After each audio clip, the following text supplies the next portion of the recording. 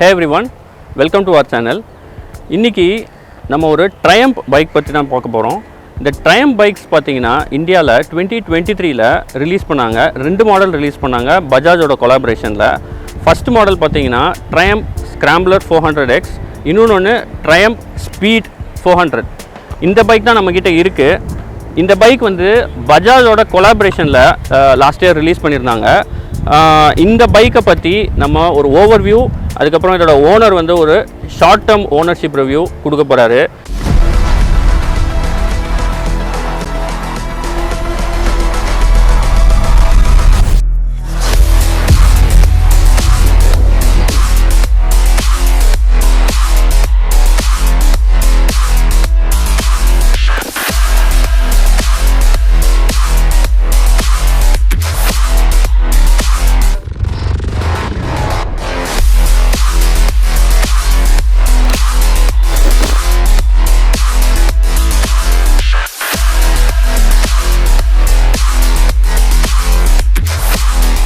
இந்த Triumph Speed 400 பார்த்தீங்கன்னா ஒரு சிட்டி பைக், பஜாஜ் செகண்ட் பிளான்ட்டில் மேனுஃபேக்சர் பண்ணியிருக்காங்க.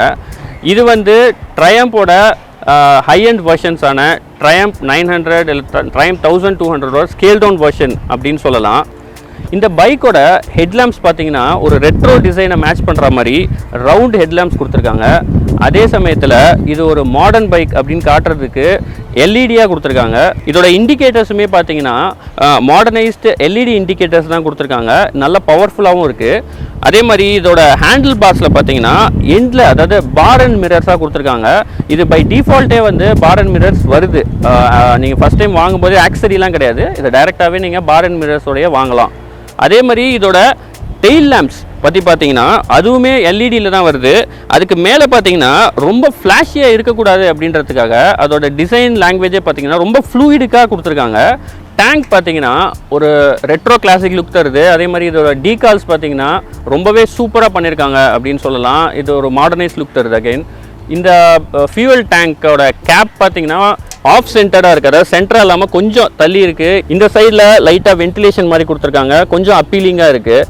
இதோட ஃபியூவல் டேங்கோட சைஸை பார்த்தீங்கன்னா சின்னதாக இருந்தாலும் இதில் 13 லிட்டர்ஸ் வரைக்கும் ஃபியூவல் டேங்க் கெப்பாசிட்டி கொடுக்குது. சிட்டிக்கு ரொம்பவே போதுமான கெப்பாசிட்டி அப்படின்னு நான் சொல்லுவேன். நம்ம இந்த சீட்டை பார்த்தீங்கன்னா சிங்கிள் சீட் கொடுத்துருக்காங்க. ரைடருக்கு பார்த்தீங்கன்னா இவ்வளோ தூரம் உங்களுக்கு ஸ்பேஸ் இருக்குது. ரொம்பவே கம்ஃபர்டபுளான டிசைன் அப்படின்னு சொல்லலாம். அப்படியே கொஞ்சம் பேக் சைடில் வந்தோன்னா பில்லியன் ரைடர்ஸுக்கு சின்ன லெவலில் தான் உங்களுக்கு கொடுத்துருக்காங்க. அதாவது ரொம்ப பெரிய கம்ஃபர்டபுளான பில்லியன் ரைடர் சீட் அப்படின்னு நான் சொல்ல மாட்டேன். இந்த பைக்கோட ஓவரால் டிசைன் குவாலிட்டி பார்த்தீங்கன்னா ரொம்பவே பெஸ்ட் அப்படின்னு சொல்லலாம். இதோட பெயிண்ட் ஜாபாக இருக்கட்டும், இதோட வெல்டிங் ஒர்க்காக இருக்கட்டும், பிளாஸ்டிக்ஸ், ஸ்விட்சஸ், இதெல்லாம் ரொம்பவே சூப்பராக இருக்குது. இந்த செக்மெண்ட் மட்டும் இல்லாமல் இதோட கொஞ்சம் ஹையர் செக்மெண்ட்டில் இருக்கிற வெஹிக்கல்ஸ் கம்பேர் பண்ணிங்கனாலுமே இதுதான் பெஸ்ட் அப்படின்னு சொல்லலாம். இதுவே இந்த பைக்கை வந்து ஒரு ப்ரீமியம் பைக் அப்படின்ற ஒரு ஃபீல் கொடுக்க வைக்குது. இந்த பைக்கோட கலர் ஆப்ஷன்ஸ் அப்படின்னு பார்த்தீங்கன்னா ஒன்று பிளாக் இருக்குது, ப்ளூ இருக்குது, ரெட் இருக்குது.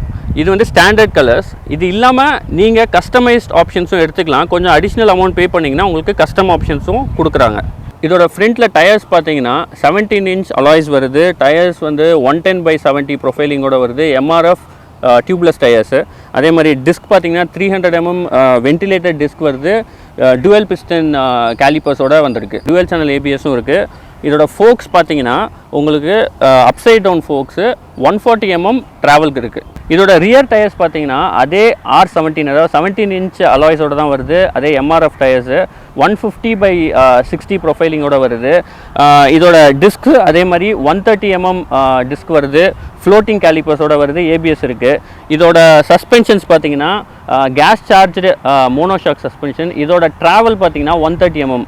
இதோட major advantage front and back டயர்ஸாக இருக்கட்டும், இல்லை டிஸ்காக இருக்கட்டும், இல்லை வந்து அதோட சஸ்பென்ஷன்ஸாக இருக்கட்டும், இது வந்து சிட்டியில் ஒரு சூப்பரான பைக். இது ஒரு சிட்டி பைக் அப்படின்றதுனால இதுக்கு R17 இன்ச் டயர்ஸ் கொடுத்தது ரொம்பவே கம்ஃபர்டபுளாக இருக்குது. சிட்டியில் நீங்கள் டிராஃபிக்கில் ரைட் பண்ணும்போது ரொம்ப ஈஸியாக மேனுவர் பண்ண முடியும். ப்ளஸ் அது அஜைலாகவும் இருக்குது. ப்ளஸ் இதோட சஸ்பென்ஷன்ஸ் பார்த்தீங்கன்னா more on a softer side. அது வந்து ரொம்ப பெட்டராக சிட்டிக்கு டியூன் பண்ணியிருக்காங்க. ஹைவேஸில் போகும்போது ரொம்ப சாஃப்டாக இருக்கும். This is not that great for highways. இதோட சேசி பார்த்தீங்கன்னா டியூபுலார் ஸ்டீல் ஃப்ரேம்ஸ் வருது ஃப்ரண்ட்டில்.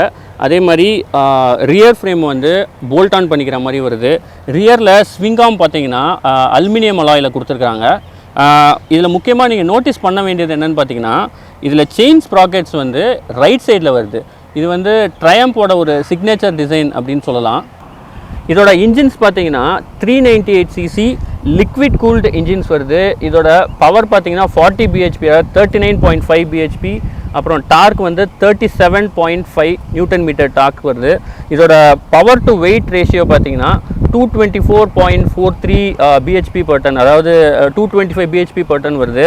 அது வந்து திரும்ப ட்ரையம்ப் பொறுத்த வரைக்கும் பவர் டு வெயிட் ரேஷியோவில் பக்காவாக விளையாடுவாங்கன்னு சொல்லலாம். இந்த 400cc வண்டியை வச்சுக்கிட்டும் அவங்க பர்ஃபெக்டான சிட்டி பைக்காக ரெடி பண்ண இன்ஜின் அப்படின்னு சொல்லலாம். இதோட இன்ஜின் வந்து TR Series 400, அதாவது இதுவுமே பார்த்தீங்கன்னா என்ன சொல்ல வருதுன்னா, இது ஒரு டாமினர் இன்ஜின் இல்லை. இது வந்து இதோட ஆர்கிடெக்சராக இருக்கட்டும், டிசைனாக இருக்கட்டும், இது எல்லாமே ட்ரையம்போட இன்ஜின் அப்படின்னு சொல்ல வைக்குது. இதோட லிக்விட் கூல்டு இன்ஜின் கொடுத்துருக்க ரேடியேட்டர்ஸ் பார்த்தீங்கன்னா செக்மெண்ட்லேயே ரொம்ப பெருசாக கொடுத்துருக்காங்க. இதோட 400cc மற்ற காம்படிஷனில் இருக்கிற வெஹிக்கல்ஸை கம்பேர் பண்ணும்போது இது நல்லா வைடாகவும் இருக்குது, லென்த்தாகவும் இருக்குது அப்படின்னு சொல்லலாம். இதோட எக்ஸாஸ்ட்டுமே பார்த்தீங்கன்னா பார்க்குறதுக்கு ரொம்ப அப்பீலிங்காக இருக்குது. சிங்கிள் டிப் எக்ஸாஸ்ட் தான் கொடுத்துருக்காங்க. கிளச் பார்த்தீங்கன்னா அசிஸ்டட் ஸ்லிப்பர் கிளச். இதனால் சிட்டியில் ட்ரைவ் பண்ணுறதுக்கு ரொம்ப ஈஸியாக இருக்கும். இப்போ இதோட எக்ஸாஸ்ட் நோட் எப்படி இருக்குன்னு பார்ப்போம். நம்ம ஃபஸ்ட்டு ஸ்டார்ட் பண்ணுவோம்.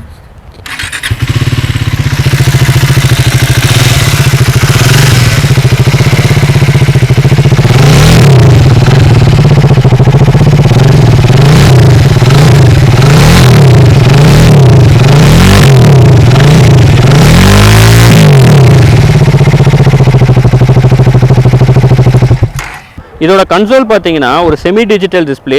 ஸ்பீடோமீட்டர் வந்து அனலாகில் இருக்குது, டேக்கோமீட்டர் வந்து டிஜிட்டலாக இருக்குது. இதில் என்னென்ன டிஸ்பிளே காமிக்குதுன்னா, அனலாகில் ட்ராக்ஷன் கண்ட்ரோல் மேனுவலாக ஸ்விட்சபிள், அதாவது நீங்கள் வேணும்னா ஆன் பண்ணிக்கலாம், இல்லை மடியில் போகிறீங்க அப்படின்னா ஆஃப் பண்ணிக்கலாம்.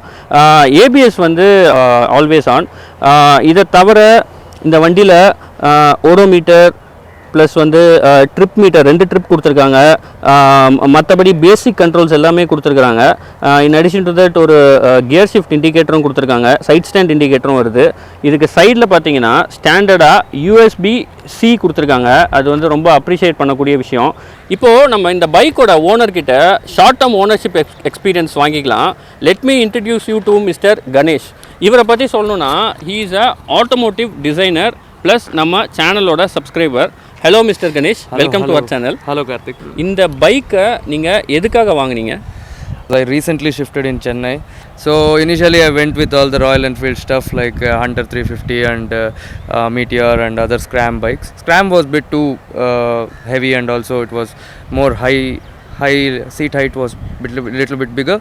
Then I thought, okay, let me see Triumph because my friend had a Trident. He suggested me to come and do the test ride in Triumph showroom. So and then I went and test ride it and I loved the bike. Okay. It was like a so basically உங்களுக்கு ஒரு street bike தேவைப்பட்டிருக்கு. Yes. அதனால நீங்க வந்து Triumph Speed 400 வாங்கியிருக்கீங்க. Yes.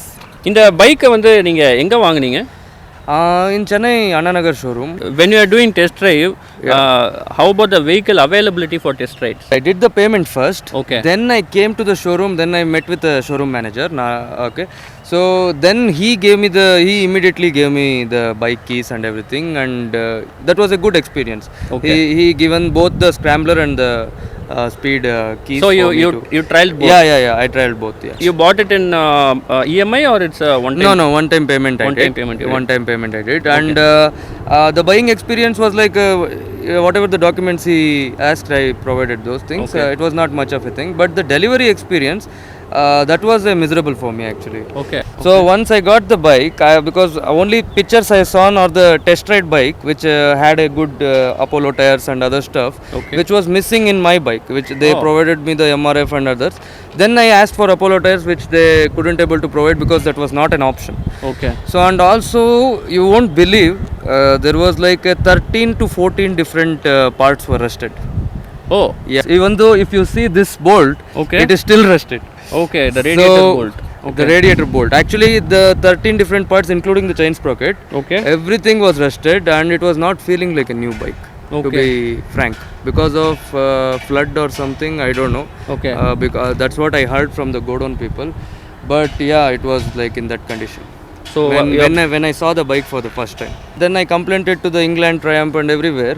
So then only they took an action, like so they replaced it around almost most of the chain sprocket and many other stuff, they replaced it, but still here and there you can see so many other rusted parts. I don't know, this kind of experience I never had. Yeah. இப்போ இந்த வண்டியை வந்து நீங்கள் சிட்டிக்காக வாங்கினேன் அப்படின்னு சொன்னீங்க. Yes. இந்த சிட்டியில் வந்து இதை ஓட்டும் போது இந்த 2000 கிலோமீட்டர்ஸில் உங்களோட எக்ஸ்பீரியன்ஸ், அதாவது இது எந்த அளவுக்கு அஜைலாக இருக்குது, எவ்வளோ ஈஸியாக மேனுவர் பண்ண முடியுது சிட்டியில்? Yes, it is really agile. It is really maneuverable, and also the power is wonderful actually. Okay. Because the moment you accelerate in first gear, or in first gear it is not that much, in second gear to third gear it is like enormous power. It will almost pop a wheelie. You will feel that experience, and also agile is very much beautiful because of the naked design of it. So, and Power it is to weight wonderful. ratio is also wonderful. Wonderful power ratio. Yeah. And how about the torque when you do a low end pull or mid range? How is it? That's what fascinated me about this bike, because you can go in 40 km/h. You can go in like sixth gear also. It is low end torque also is there. At the same time, if you accelerate, high end torque is enormous. You can feel that 37.5 Nm torque. Okay. Yeah, you can really feel that, and also the 40 bhp. You can feel that. Okay, இதோட இன்ஜினோட heat எப்படி இருக்குது? 400cc இன்ஜின்றதுனால டெஃபினட்டாக இதோட engine heat அதிகமாக தான் இருக்கும். How to you feel when riding with your trousers in half trousers in city? Yes, the engine is exposed.